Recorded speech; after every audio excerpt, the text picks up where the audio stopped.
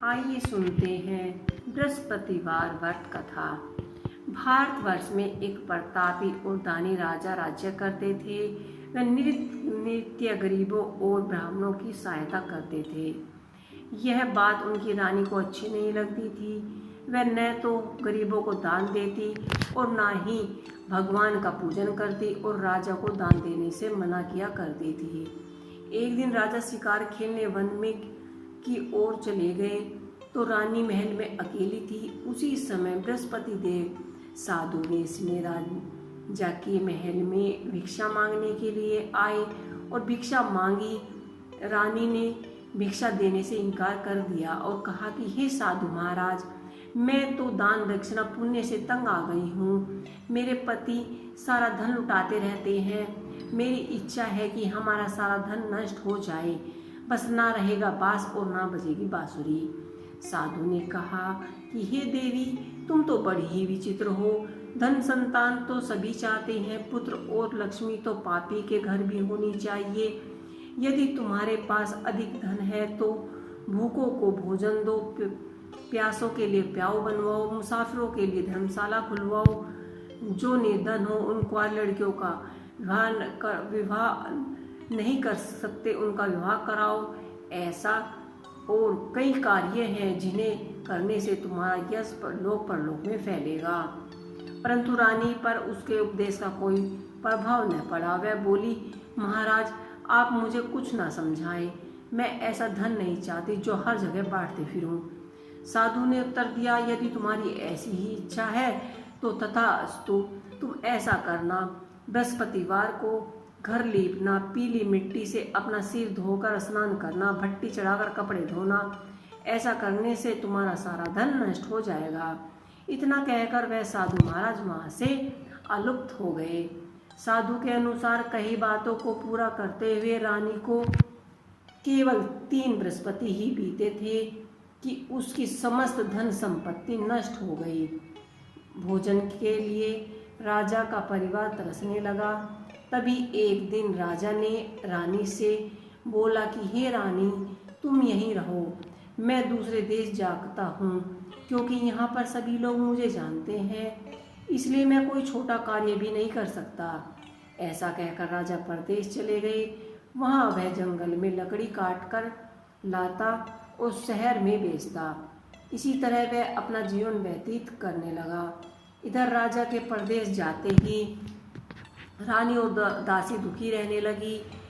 एक बार जब रानी और दासी को 7 दिन बिना भोजन के रहना पड़ा तो रानी ने अपनी दासी से कहा कि हे दासी, पास के ही नगर में मेरी बहन रहती है, वह बड़ी धनवान है, तू उसके घर जा और कुछ ले आ ताकि थोड़े बहुत दिन गुजर बसर हो सके।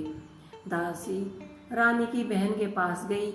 उस दिन गुरुवार था और रानी की बहन उस समय बृहस्पतिवार व्रत कथा सुन रही थी। दासी ने रानी की बहन को अपनी रानी का संदेशा दिया, लेकिन रानी की बड़ी बहन ने कोई उत्तर न दिया। जब दासी को रानी की बहन का कोई उत्तर न मिला तो वह बहुत ही दुखी हुई और क्रोध में भर आई। दासी ने वापस आकर सारी बात बता दी। सुनकर रानी ने अपने भाग्य को कोसा। उधर रानी की बहन ने सोचा, मेरी बहन की दासी आई थी, परंतु मैं उससे नहीं बोल सकी, इससे वह बहुत ही दुखी हुई होगी। कथा सुनकर और पूजा समाप्त करके वह अपनी बहन के घर आई और कहने लगी कि हे बहन, मैं बृहस्पतिवार का व्रत कर रही थी, तुम्हारी दासी मेरे घर आई थी, परंतु जब तक मैं कथा होती है तब तक ना तो बीच में से उठती हूँ और ना ही बोलती हूँ, इसलिए मैं नहीं बोली। कहो दासी क्यों गई थी? रानी बोली, बहन, तुमसे क्या छुपाऊं, हमारे यहाँ खाने तक के लिए अनाज नहीं है। ऐसा कहते कहते रानी की आंखें भर आई। उसने दासी समेत पिछले 7 दिन से भूखे रहने तक की बात भी अपनी बहन को विस्तार पूर्वक सुना दी। रानी की बहन बोली, देखो बहन, भगवान बृहस्पति देव सबकी मनोकामना को पूर्ण करते हैं। देखो, शायद तुम्हारे घर में भी अनाज का कोई पात्र रखा हो। पहले तो रानी को विश्वास नहीं हुआ, पर बहन के आग्रह करने पर उसने दासी को अंदर भेजा। तो सचमुच ही अनाज का एक घड़ा भरा मिला। यह देखकर दासी को बड़ी हैरानी हुई। दासी रानी से कहने लगी कि हे रानी, जब हमको भोजन नहीं मिलता तो हम व्रत ही तो कर रहे थे, इसलिए क्यों ना इनसे व्रत और कथा विधि पूछ ली जाए ताकि हम भी व्रत कर सके। तब रानी ने अपनी बहन से बृहस्पतिवार व्रत की सारी बात पूछी और उसकी बहन ने बताया कि बृहस्पतिवार के व्रत में चने की दाल और मुनाखा से विष्णु भगवान का केले की जड़ का पूजन करें तथा दीपक जलाएं, व्रत कथा सुने और पीला भोजन करें। इससे बृहस्पति देव प्रसन्न होते हैं। व्रत और पूजा विधि बताकर रानी की बहन अपने घर लौटा गई।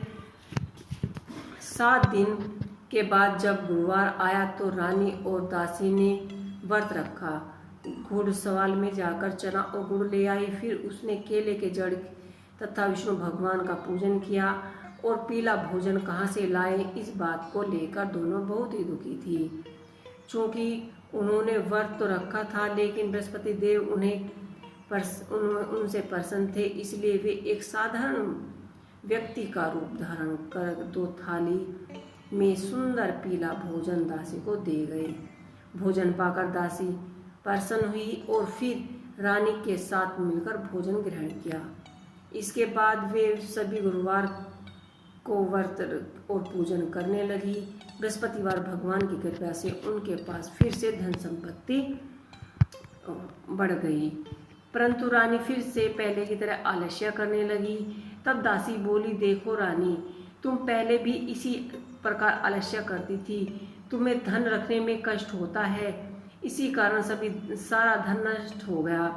अब जब भगवान बृहस्पति की कृपा से धन मिला है तो फिर तुम्हें फिर से आलस्य होता है। रानी को समझाते हुए दासी कहती है कि बड़े मुसीबतों के बाद हमने यह धन पाया है, इसलिए हमें दान पुण्य करना चाहिए, भूखे मनुष्य को भोजन कराना चाहिए और धन को शुभ कार्य में खर्च करना चाहिए, जिससे तुम्हारे कुल का यश बढ़ेगा, स्वर्ग की प्राप्ति होगी और पितृ प्रसन्न होंगे। दासी की बात मानकर रानी अपना धन शुभ कार्य में खर्च करने लगी, जिससे पूरे नगर में उसका यश फैल गया। एक दिन राजा दुखी होकर जंगल में एक पेड़ के नीचे आसन जमाकर बैठ गए। वह अपनी दशा को याद कर कर व्याकुल होने लगे। बृहस्पतिवार का दिन था। एकाएक उसने देखा कि निर्जन वन में एक साधु प्रकट हुए। वह साधु वेश में स्वयं बृहस्पति थे। लकड़हारे के सामने आकर बोले कि हे लकड़हारे, इस सुनसान जंगल में तुम चिंता मगन क्यों बैठे हो? लकड़हारे ने दोनों हाथ जोड़कर प्रणाम किया और उत्तर दिया, महात्मा जी, आप सब कुछ तो जानते हैं, मैं क्या कहूँ। यह कहकर रोने लगा और साधु को अपनी आत्मकथा सुनाई। महात्मा जी ने कहा कि तुम्हारी स्त्री ने बृहस्पतिवार के दिन बृहस्पति भगवान का निरादर किया है, जिसके कारण रुष्ट होकर उन्होंने तुम्हारी यह दशा कर दी है। अब तुम चिंता को दूर करके मेरा कहने पर चलो तो तुम्हारे सब कष्ट दूर हो जाएंगे और भगवान पहले से भी अधिक संपत्ति देगा। तुम बृहस्पतिवार के दिन कथा संपत्ति देगा। कथा सुनो। 2 पैसे के चने मुनाखा लाकर उनका प्रसाद बनाओ और शुद्ध जल से लोटे में शक्कर मिलाकर अमृत तैयार करो। कथा के पश्चात अपने सारे परिवार और सुनने वालों प्रियो में अमृत का प्रसाद बांटकर आप भी ग्रहण करो। ऐसा करने से भगवान तुम्हारी सभी मनोकामनाएं पूर्ण करेंगे। साधु के ऐसे वचन सुनकर लकड़हारा बोला कि हे प्रभु, मुझे लकड़ी बेचकर इतना पैसा नहीं मिलता जिससे भोजन के उपरांत कुछ बचा सकूं। मैंने रात्रि में अपनी पत्नी को व्याकुल देखा है, मेरे पास कुछ भी नहीं जिससे मैं उसकी खबर सुन सकूं। साधु ने कहा कि हे लकड़हारे, तुम किसी बात की चिंता मत करो। बृहस्पति देव के दिन तुम रोजाना की तरह लकड़ियों लेकर शहर को जाओ तुमको रोजाना से भी ज़्यादा दुगना धन की प्राप्ति होगी, जिससे तुम भली भांति भोजन कर लोगे और बृहस्पति देव की पूजा का सामान भी आ जाएगा। इतना कहकर साधु अंतर्धान हो गए। धीरे धीरे समय व्यतीत होने पर फिर वही बृहस्पतिवार का दिन आया। लकड़हारा जंगल में लकड़ी काटकर किसी शहर में बेचने गया। उसे उस दिन और दिनों से अधिक पैसा मिला। राजा ने चना गुड़ आदि लाकर गुरुवार का व्रत किया। उस दिन से उसके सभी क्लेश दूर हो गए। परंतु जब दोबारा गुरुवार का दिन आया तो बृहस्पतिवार का व्रत करना भूल गया। इसी कारण बृहस्पति भगवान नाराज हो गए। उस दिन नगर के राजा ने विशाल यज्ञ का आयोजन किया था तथा शहर में यह घोषणा करा दी कि कोई भी मनुष्य अपने घर में भोजन न बनवाए, आग न जलाए। समस्त जनता मेरे यहीं भोजन करेगी। इस आज्ञा को जो भी नहीं मानेगा उसे फांसी की सजा सुनाई जाएगी। इस घोषणा को संपूर्ण नगर में करवा दिया गया। राजा की आज्ञा अनुसार शहर के सभी लोग भोजन करने गए, लेकिन लकड़हारा कुछ देर से पहुंचा, इसलिए राजा उसको अपने साथ घर लेवा ले गए और ले जाकर भोजन करा रहे थे तो रानी की दृष्टि उस खूंटी पर पड़ी जिस पर उसका हार लटक रहा था। वह वहां पर दिखाई नहीं दिया। रानी ने निश्चय किया कि मेरा हार इसी मनुष्य ने चुराया है। उसी समय सिपाहियों को बुलाकर उसे कारागार में डलवा दिया गया। जब लकड़हारा कारागार में पड़ गया और बहुत दुखी होकर विचार करने लगा कि न जाने कौन से पूर्व जन्म के कर्म से मुझे यह दुख प्राप्त हुए हैं, और उसी साधु को याद करने लगा जो जंगल में मिला था। उसी समय तत्काल बृहस्पति देव साधु के रूप में प्रकट हुए और उसकी दशा को देखकर कहने लगे, अरे मूर्ख, तूने बृहस्पति देव की कथा नहीं करी, इसी कारण तुझे दुख प्राप्त हुआ। वह अब चिंता मत कर। बृहस्पतिवार के दिन कारागार के दरवाजे पर 4 पैसे पड़े मिलेंगे, उसके तू बृहस्पति देव की पूजा करना, तेरे सारे कष्ट दूर हो जाएंगे। बृहस्पति के दिन उसे 4 पैसे मिले। लकड़हारे ने कथा कही। उसी रात्रि को बृहस्पति देव ने उस नगर के राजा को स्वप्न में कहा कि हे राजा, तूने जिस आदमी को कारागार में बंद किया है वह निर्दोष है, वह राजा है, उसे छोड़ देना। रानी का हार उसी खूंटी पर लटका है। अगर तू ऐसा नहीं करेगा तो तेरा राज्य नष्ट हो जाएगा। इसी तरह से रात्रि के स्वप्न को देखकर राजा प्रातः काल उठा और खूंटी पर हार देखकर लकड़हारे को बुलाकर क्षमा मांगी तथा लकड़हारे को योग्य सुंदर वस्त्र आभूषण देकर विदा कर दिया। बृहस्पति देव की आज्ञा अनुसार लकड़हारा अपने नगर को चल दिया। राजा जब अपने नगर के निकट पहुंचा तो उसको बड़ा ही आश्चर्य हुआ कि नगर में पहले से भी अधिक बाग बगीचे, कुएं, बहुत से धर्मशालाएं, मंदिर बने हुए थे। राजा ने पूछा कि यह किसका बाग है और धर्मशालाएं हैं। तब नगर के सब लोग कहने लगे कि यह रानी और बांदी के हैं। तो राजा को आश्चर्य हुआ और गुस्से में भर आया। जब रानी ने यह खबर सुनी कि राजा आ रहे हैं तो उन्होंने बांदी से कहा कि हे दासी, देख राजा हमको कितने बुरे हाल में छोड़कर गए थे। हमारी ऐसी हालत देखकर वे लौट ना जाए, इसलिए तू दरवाजे पर खड़ी हो जा। आज्ञा अनुसार दासी दरवाजे पर खड़ी हो गई। राजा आए तो उन्हें अपने साथ लिवा लाए। तब राजा ने क्रोध करके अपनी रानी से पूछा कि यह धन तुम्हें कहाँ से प्राप्त हुआ। तब रानी उन्होंने कहा कि हमें यह धन बृहस्पति देव के इस व्रत की प्राप्ति से हुआ है। राजा ने निश्चय किया कि 7 रोज बाद तो सभी बृहस्पति देव का पूजन करते हैं, परंतु मैं प्रतिदिन में 3 बार कहानी तथा रोज व्रत किया करूँगा। अब हर समय राजा के दुपट्टे में चना की दाल बंधी रहती। तब दिन में 3 बार कहानी कहते। एक रोज राजा ने विचार किया कि चलो अपनी बहन के यहाँ हो आए। इस तरह से निश्चय कर राजा घोड़े पर सवार हो अपनी बहन के घर चले गए। मार्ग में उसने देखा कि कुछ आदमी को एक मुर्दे को लिए जा रहे हैं। उन्होंने रोककर राजा कहने लगा कि अरे भाई, मेरी बृहस्पति देवी कथा सुन लो। वह बोले, लो, हमारा तो आदमी मर गया है, इसको अपनी कथा की पड़ी है। परंतु कुछ आदमी बोले, अच्छा कहो, हम तुम्हारी कथा सुनेंगे। राजा ने दाल निकाली और कथा आदि कही थी। मुर्दा हिलने लगा।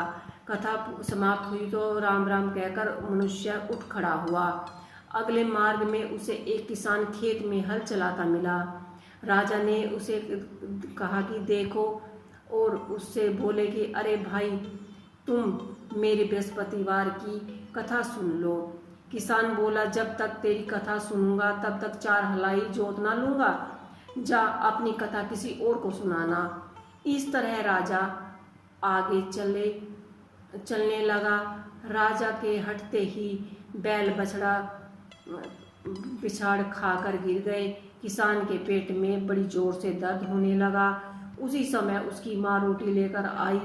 उसने जब यह देखा तो अपने पुत्र से सब हाल पूछा। बेटे ने सभी हाल कहा और बुढ़िया दौड़ी दौड़ी उस घुड़सवार के पास गई और उससे बोली कि मैं तेरी कथा सुनूंगी, तू अपनी कथा मेरे खेत पर चलकर कहना। राजा ने बुढ़िया के खेत पर जाकर कथा कही, जिससे सुनकर उसके बैल उठ खड़े हुए। किसान के पेट का दर्द भी बंद हो गया। राजा अपनी बहन के घर पहुंचा। बहन ने भाई की खूब मेहमानदारी की। दूसरे रोज प्रातःकाल राजा जगा तो उनने देखा कि सभी लोग भोजन कर रहे हैं। राजा ने अपनी बहन से कहा कि ऐसा कोई मनुष्य है जिसने भोजन न किया हो, मेरी बृहस्पतिवार की कथा सुन सके। बहन बोली कि हे भाई, यह देश ऐसा ही है कि यहाँ लोग भोजन करते हैं, बाद में ही अन्य कार्य करते हैं। आगे अगर कोई पड़ोस में है तो मैं देखकर आती हूँ। वह ऐसा कहकर देखने चली गई, परंतु उसे कोई ऐसा व्यक्ति नहीं मिला जिसने भोजन ना किया हो। अंत में वह एक कुम्हार के घर गई जिसका लड़का बीमार था। उसे मालूम हुआ कि उसके यहाँ 3 रोज से किसी ने भी भोजन नहीं किया। रानी ने अपने भाई की कथा सुनने के लिए कुम्हार से कहा। वह तैयार हो गया। राजा जाकर बृहस्पतिवार की कथा कही, जिसे सुनकर उसका लड़का ठीक हो गया। अब तो राजा के प्रसन्नता का कोई ठिकाना न था। एक रोज राजा ने अपनी बहन से कहा कि हे बहन, हम अपने घर जाएंगे, तुम भी तैयार हो जाओ। राजा की बहन ने अपनी सास से कहा। सास ने कहा, चली जा, परंतु अपने लड़कों को मत ले जाना, क्योंकि तेरे भाई के कोई औलाद नहीं है। बहन ने अपने भाई से कहा, हे भाई, मैं तो चलूंगी, लेकिन बालक कोई नहीं जाएगा। राजा बोला, जब बालक ही कोई नहीं जाएगा तो तू क्या करेगी। बड़ी दुखी मन से राजा अपने नगर लौट गया। राजा ने अपनी बहन रानी से कहा कि हम निर्वंशी हैं, हमारा मुंह देखने का धर्म नहीं है, कुछ भोजन आदि नहीं किया। रानी बोली कि हे प्रभु, बृहस्पति देव ने हमें सब कुछ तो दिया है, वह हमें औलाद अवश्य देंगे। उसी रात को बृहस्पति देव ने राजा को स्वप्न में कहा कि हे राजा, उठ, सभी सोच त्याग दे, तेरे रानी गर्भ से है। राजा की बात सुनकर बड़ा ही खुश हुआ। 9वें महीने में उसकी रानी ने एक सुंदर पुत्र को पैदा किया। तब राजा बोला कि हे रानी, स्त्री बोले भोजन बिना बोले नहीं रह सकती, बिना भोजन के रह सकती है, पर जब मेरी बहन आवे तुम उनसे कुछ मत कहना। रानी ने कहा, ठीक है। जब राजा की बहन ने यह शुभ समाचार सुना तो वह बहुत खुश हुई तथा बधाई लेकर अपने भाई के यहाँ आई। तभी रानी ने कहा, घोड़ा चढ़कर तो नहीं आई, गधा चढ़कर आई। राजा की बहन बोली, भाभी, मैं इस प्रकार न कहती तो तुम औलाद कैसे मिलती। बृहस्पति देव ऐसे ही हैं, जैसे जिसके मन में कामनाएं हैं, सभी की मनोकामनाएं पूर्ण करते हैं। तो सदा भावना पूर्वक बृहस्पतिवार का व्रत करता है एवं कथा पढ़ता है अथवा सुनता है, दूसरों की कथा सुनाता है, बृहस्पति देव उसकी सभी मनोकामनाएं पूर्ण करते हैं। तो दोस्तों ये थी हमारी बृहस्पति देव की व्रत कथा। आप लोगों को ये कैसी लगी हमें कमेंट कर अवश्य ही बताइएगा। जय श्री हरि।